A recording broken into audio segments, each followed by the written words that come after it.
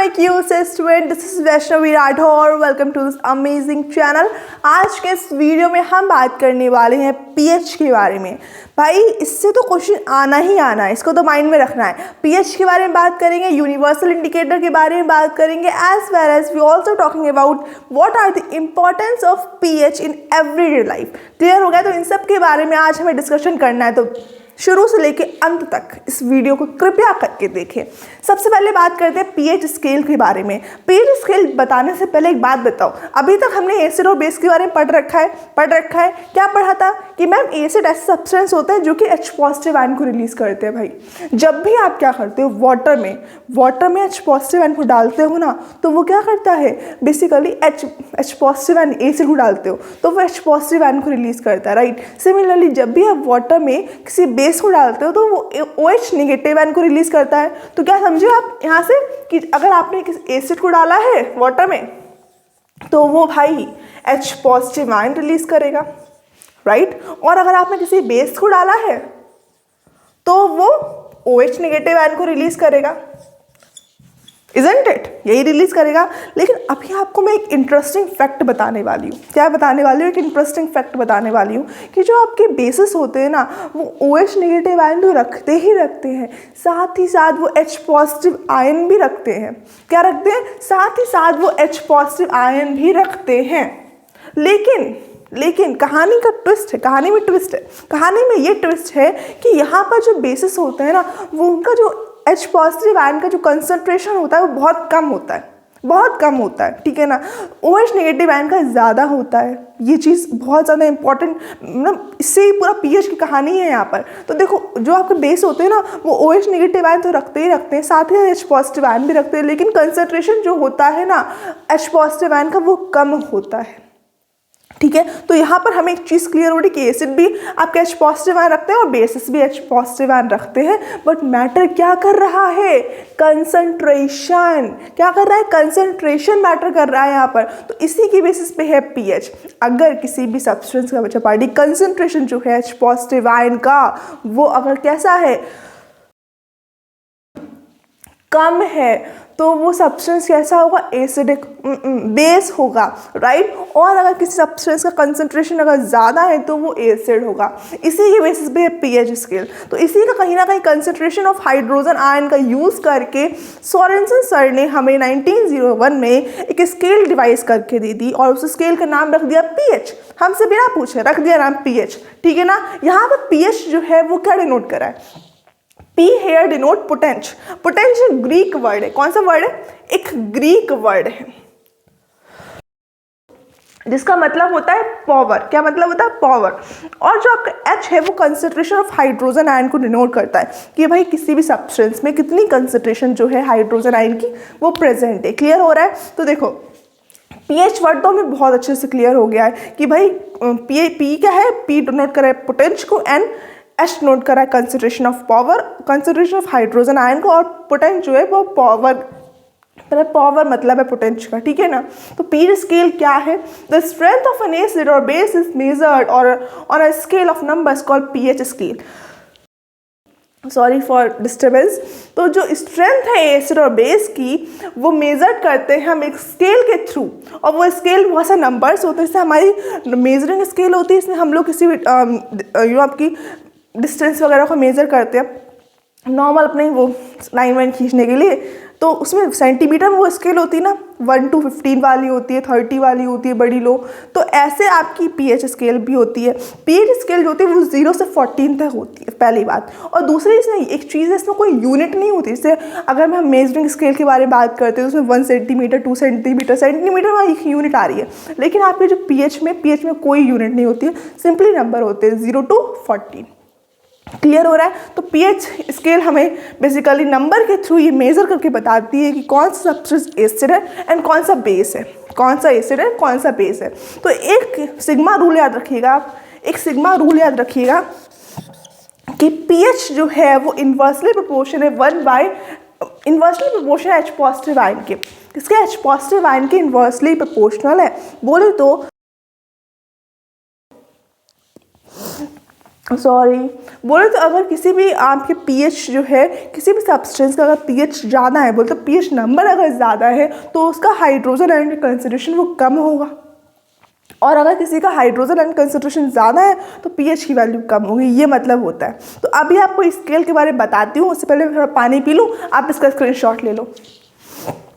हाँ तो बच्चा पार्टी आपको सिग्मा रूल समझ में आ गया ना कि पीएच जो है वो इन्वर्सली प्रोपोर्शनल है 1/H पॉजिटिव आयन के। अगर आप H पॉजिटिव आयन का कंसंट्रेशन ज़्यादा कर दोगे तो पीएच की वैल्यू कम हो जाएगी, और अगर आप पीएच की वैल्यू को ज़्यादा कर दोगे तो पीएच की वैल्यू को डिक्रीज, वही रूल याद रख लीजिएगा बेसिकली। तो अगर आप क्या करते हो, अगर मैं बात करती हूँ, ये स्केल है 14 तक होती है, आप क्या करो सबसे पहले 14 को डिवाइड कर दो 2 से, तो 7 आ जाएगा, राइट, 7 आ जाएगा, हाफ कर दोगे तो 7 यहाँ पर होता है वो न्यूट्रल बताता है कि भाई ये सब्सटेंस कैसा है, न्यूट्रल है।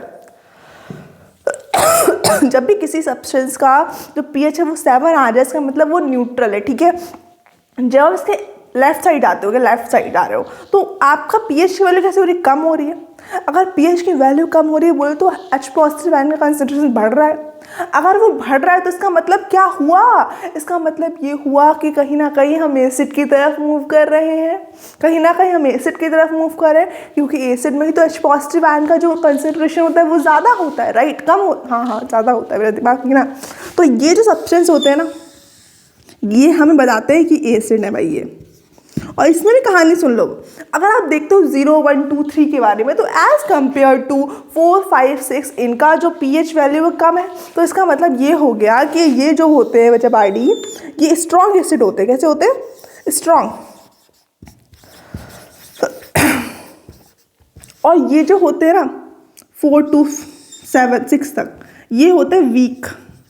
अब स्ट्रॉन्ग एसिड वीक से समझ में आ रहा है, जो अगर वाटर में अगर आप डिसॉल्व करते हो इनको, तो अगर किसी ने सारे H पॉजिटिव आयन रिलीज कर दिए, फॉर एग्जांपल अगर मैं बात करती हूँ HCl के बारे में, H2SO4 के बारे में, HNO3 के बारे में, तो ये सारे स्ट्रॉन्ग एसिड्स होते हैं। जब आप इनको वाटर में डिसॉल्व करते हो ना, तो ये सारे H पॉजिटिव आयन रिलीज कर देते हैं, अपने पास कुछ भी नहीं रखते हैं। लेकिन अगर वीक एसिड के बारे में बात करते हैं, जैसे मैं बात करती हूँ एसिटिक एसिड के बारे में, सल्फ्यूरिक एसिड के बारे में, तो ये जो वीक एसिड्स होते हैं बच्चा पार्टी, ये अगर आप वाटर में डिसॉल्व करते हो ना इनको, तो ये कुछ अमाउंट H पॉजिटिव आयन को अपने पास रख लेते हैं एंड कुछ को रिलीज कर देते हैं, ठीक है ना। तो ये होते हैं स्ट्रॉन्ग एसिड और वीक एसिड।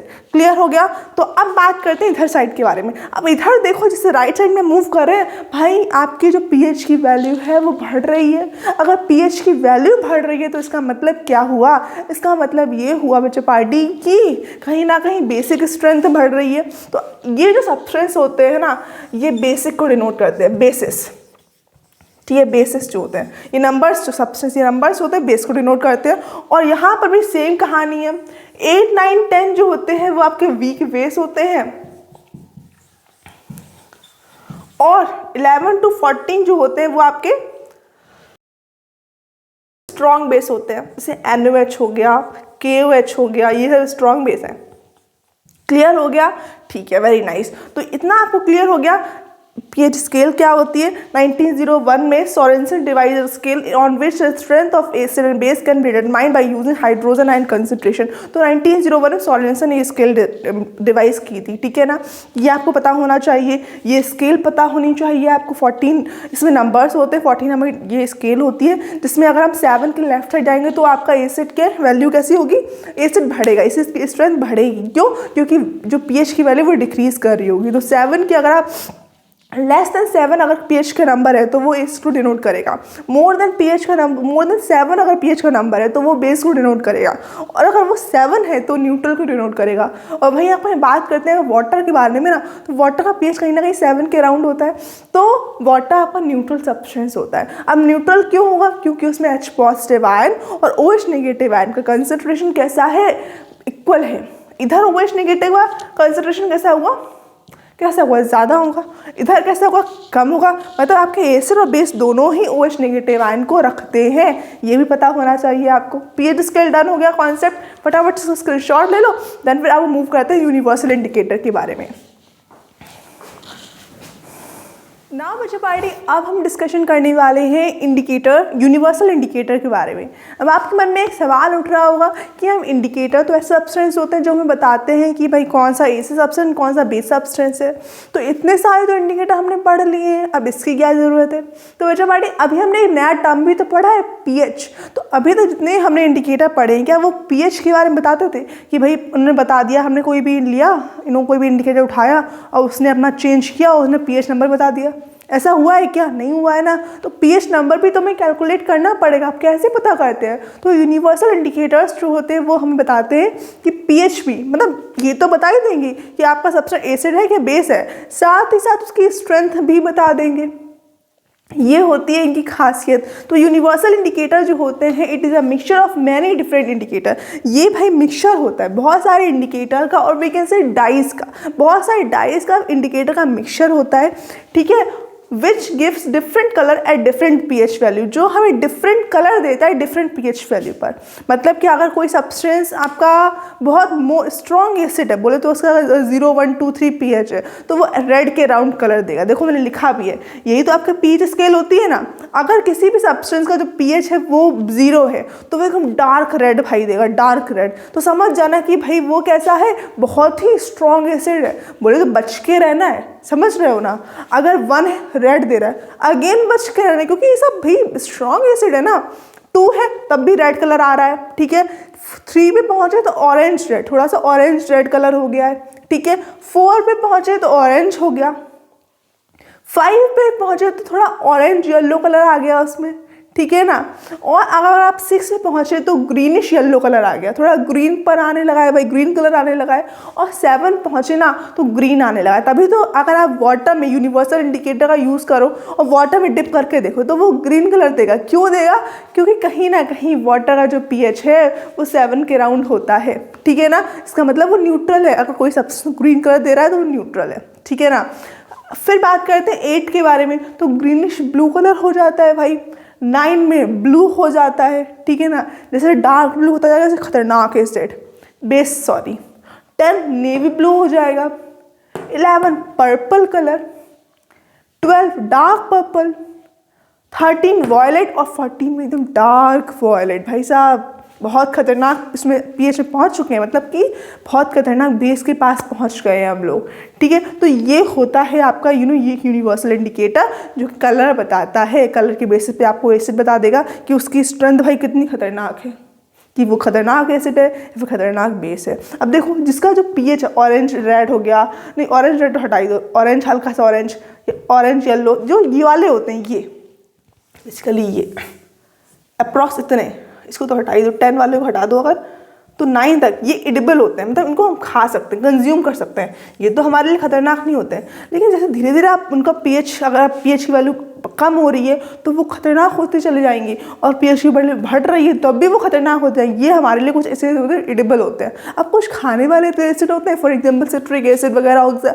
सिट्रिक एसिड हो गया आपका, एसिटिक एसिड हो गया, तो ये सारे एसिड एडिबल होते हैं ना, इनको खा सकते हैं, कंज्यूम इनटेक कर सकते हैं अपनी बॉडी में। तो इसका मतलब ये खतरनाक नहीं होते हैं, ठीक है। तो यूनिवर्सल इंडिकेटर समझ में आ गया। अब हम बात करने जा रहे हैं importance of pH in everyday life. Clear हो गया? तो इसका स्क्रीनशॉट ले लो, फिर हम बात करते हैं। नाउ बच्चे पार्टी, अब बात करते हैं हम लोग इम्पोर्टेंस किसके बारे में। इम्पोर्टेंस जानते हैं पीएच स्केल की, बोलते पीएच स्केल, पीएच की इम्पोर्टेंस जानते हैं कि पीएच की इम्पोर्टेंस क्या है हमारी रोज़मर्रा की ज़िंदगी में। सबसे पहले बात करते हैं अपनी स्टमक के बारे में। हमारे स्टमक में HCl प्रेजेंट होता है, बहुत खतरनाक एसिड होता है। इसका जो पीएच होता है अराउंड 1 के आसपास होता है, राइट ना। तो काफ़ी खतरनाक एसिड है। अगर हमारी नॉर्मल स्किन में पड़ जाए जल सकती है, बहुत भयंकर जल सकती है, राइट ना। इसीलिए एसिड से बच के रहना चाहिए हम सभी को। लेकिन हमारे स्टमक में जो स्टमक की लाइनिंग होती है उसमें म्यूकस प्रेजेंट होता है, दैट्स वाई हम HCl से बच सकते हैं, ठीक है ना। बच सकते हैं, बचते हैं ही, ठीक है। लेकिन कभी कभी क्या होता है, हमारी एसिडिटी बनती है स्टमक में। क्यों बनती है? क्योंकि वहाँ पर जो कंसनट्रेशन होता है H पॉजिटिव आयन का, और वी कैन से HCl कंसनट्रेशन बढ़ जाता है। अब उसको हमें कम करना पड़ेगा। अगर कम नहीं करेंगे तो क्या होगा, बहुत दिक्कत हो सकती है भाई। तो उसको कम करने के लिए हम क्या करते हैं, बेकिंग सोडा का यूज़ कर लेते हैं। राइट। इंस्टेड ऑफ दैट हम मिल्क ऑफ मैग्नीशिया का यूज़ कर लेते हैं। तो ये कुछ एंटासिड्स होते हैं। एंटासिड पता है आपको, ऐसे सब्सटेंस जो कि हमें बेसिकली एसिड के अगेंस्ट वर्क करते हैं, उसको न्यूट्रल करते हैं, ठीक है ना। तो ये होते हैं आपके for example milk of magnesia, milk of magnesia, उसको मैग्नीशियम हाइड्रोक्साइड भी बोल सकते हैं, और मिल्क ऑफ आपका सोडियम हाइड्रोजन कार्बोनेट, ये भी हो सकता है, ठीक है ना। तो बेकिंग सोडा लिख दे रही हूँ यहाँ पर, उसकी जगह पर बेकिंग सोडा। तो इन सब का यूज़ करके हम क्या कर सकते हैं, जो पीएच है हमारे डाइजेस्टिव सिस्टम में उसको न्यूट्रल कर सकते हैं, ठीक है ना। क्योंकि एसिड भैया ज़्यादा हो गया तो उसको न्यूट्रल करने के लिए क्या करना पड़ेगा, हमें milk of magnesia baking soda consume करेंगे, और जिससे हमारी एसिडिटी होती है वो खत्म हो जाती है, ठीक है ना। तो आपको इलाज बता दिया मैंने। Second, pH change as the cause of tooth decay. जब आपका पीएच 5.5 से कम हो जाता है तो टूथ डिके की संभावना जो है वो बढ़ जाती है, ठीक है ना। एज यू नो कि हमारा जो इनेमल होती है, outer most layer of tooth, right, वो किससे मिलकर बनी हुई होती है, कैल्शियम फॉस्फेट से, राइट। हमारी टीथ की आउटर मोस्ट लेयर होती है कैल्शियम फॉस्फेट से मिलकर बनी होती है। जैसे आपका पीएच जो होता है ना वो लेस देन 5.5 होता है, वैसे उसकी जो इनेमल होती है वो ख़राब होने लगती है, ठीक है ना। और टूथ डिके की संभावना है, प्रोबेबिलिटी बढ़ जाती है। तो हमें क्या करना पड़ता है, अगेन मतलब कि एसिडिक बन रहा है तो अगेन बेस लेना पड़ेगा हमें, ताकि क्या हो, जो पीएच वैल्यू है वो थोड़ी 5.5 से ऊपर है, न्यूट्रल के आसपास आएगी, तभी हमारे लिए फ़ायदे में हम लोग रहेंगे, ठीक है। Plants and animals are sensitive to pH change. बच्चे बाटी प्लांट्स और एनिमल्स के बारे में बात करते हैं। जब कोई भी प्लांट को कल्टीवेट करते हो, राइट ना, तो उसका पीएच अराउंड 7 के आसपास ही होना चाहिए, बोलते न्यूट्रल होना चाहिए। लेकिन अगर किसी भी कारणवश उसका जो पीएच है वो लेस देन 7 हो गया, और लेस देन 7 बहुत एसिडिक हो गया, तो क्या करना पड़ेगा, हम क्या करते हैं, कैल्शियम ऑक्साइड का छिड़काव करते हैं पूरे खेत में कर लो, प्लांट में अगर उसका पीएच अगर कम है तो डालते हैं, ताकि क्या होता है उससे उसकी जो न्यूट्रलिटी है वो मेनटेन हो जाती है, और फिर से वो आपका जो प्लांट है उसकी एसिडिटी कम हो जाएगी तो वो सही हो जाएगा, राइट ना। सिमिलरली बेसिक के लिए करते हैं, बेस किसी का बेसिक स्ट्रेंथ बढ़ गई है भैया, तो उसको आप एसिड दोगे न्यूट्रल करने के लिए। तो इस तरह पीएच का पता होना जो वो कितना हमारे हेल्पफुल हो रहा है, हम पीएच पता कर लेते हैं, फिर उसके अकॉर्डिंग उसका जो इलाज होता है वो कर देते हैं, ठीक है। अब बात करते हैं self defence by plants and animals through chemical welfare. भाई प्लांट्स एंड एनिमल्स के पास भी कुछ आपके ऐसे प्लांट एनिमल्स होते हैं जो अपने पास ही आपका एसिड या फिर बेस रखते हैं। इससे मैं बात करती हूँ हनी बी के बारे में। तो कभी आपको हनी बी ने काट लिया हो, उसकी जो स्टिंग होती है बेसिकली, जो उसमें क्या होता है, एक एसिड प्रेजेंट होता है। क्या प्रेजेंट होता है, एसिड। इसकी वजह से बहुत हमें जलन होती है और एकदम स्वेलिंग आती है। क्यों, क्योंकि उसमें एसिड प्रेजेंट होता है। अगर आप क्या करते हो, डायरेक्टली से आपको हनी बी ने काटा, ठीक है ना, तो आप डायरेक्टली अगर क्या करो, बजाबाड़ी किसी बेकिंग सोडा वगैरह इन सब का यूज़ कर लो, क्योंकि बेस होते हैं ना, इनको रब कर लो, तो इससे क्या होता है, जो आपकी इसकी एसिडिटी है वो न्यूट्रल हो जाएगी, राइट ना, कम हो जाएगी, जिससे आपको बहुत जल्दी रिलीफ मिल जाता है। सेकेंड, अगर वास्प स्टिंग के बारे में बात करें, wasp again one kind of insect है, ये अल्कलाइन लिक्विड रखता है अपनी स्टिंग में। तो अगर इसको आपको करना है न्यूट्रल तो उसको एसिड देना पड़ेगा, ठीक है। एसिड से आप इसको क्योर कर सकते हो। आंट स्टिंग के बारे में बात करते हैं, मिथेनोइक एसिड प्रेजेंट होता है।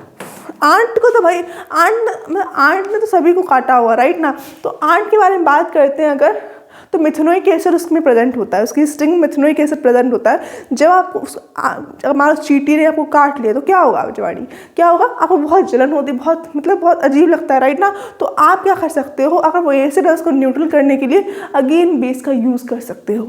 अब इसमें एक नेटल लीफ सा आता है जो कि आपको जंगलों में मिलता है। मान लो आप जंगलों में गए थे और वहाँ पर अगर किसी चींटी ने आपको काट लिया तो आप मिथेनोइक एसिड बोल रही हूँ, नेटल लीफ का यूज़ कर सकते हो, क्योंकि ये बहुत जल्दी आपको रिलीफ पहुंचाती है, ठीक है ना। तो इस तरह से हमने इस इम्पॉर्टेंस ऑफ पीएच वाला ये टॉपिक बहुत अच्छे से डन कर लिया है। अब भाई हमारा फाइनली जो पीएच वाला टॉपिक है वो कंप्लीट हो गया पूरी तरह से, ठीक है। तो अब नेक्स्ट वीडियो में मिलते हैं, उसमें हम सॉल्ट्स के बारे में जानेंगे। Till then keep learning with my YouTube channel VR+Size। Thank you so much for listening and watching this amazing session. Thank you so much.